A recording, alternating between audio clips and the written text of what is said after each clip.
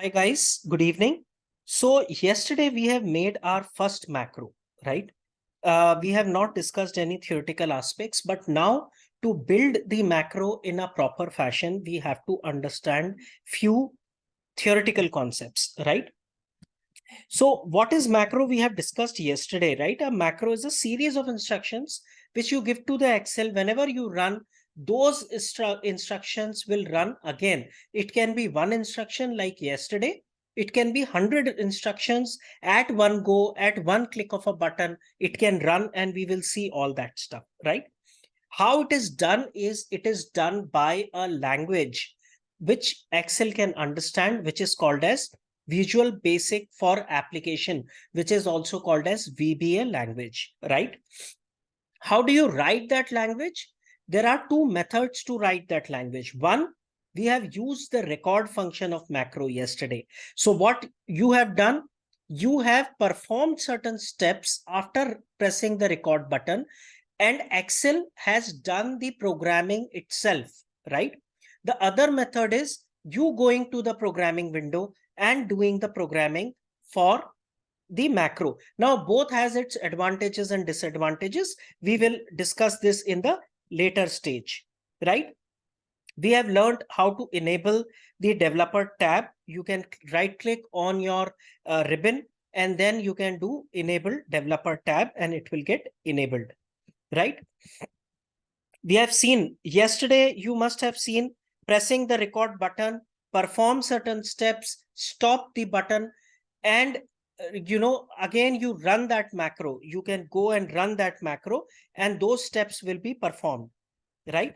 So in this thing, what is your homework is that whatever I have done, you will have to repeat it again and again and perform certain other steps like write down the name of your name, make the changes in the font, color the font, right, increase or decrease the font size, or make a table, make a pivot table.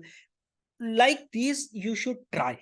Right now, yesterday we have not saved the macro. If you would have done it, the macro cannot be saved in a normal Excel file, right? So macro has to be saved in a macro enabled workbook, right? So how you will save? You have the option to store the macro either in this workbook or in new workbook or personal macro workbook, right? If you store in this workbook, the macro in which you are working, this macro will only be available to you when you open this particular workbook and not in other workbook which you use on your system or any other system, right? But if you are using in personal workbook, okay, personal macro workbook, you should not use that workbook for any other purposes, but for running the macro. And you can send the macro over the mail, and whoever you are sending, if he saves this personal macro workbook in his system, he can use this macro, right? How do you save the workbook?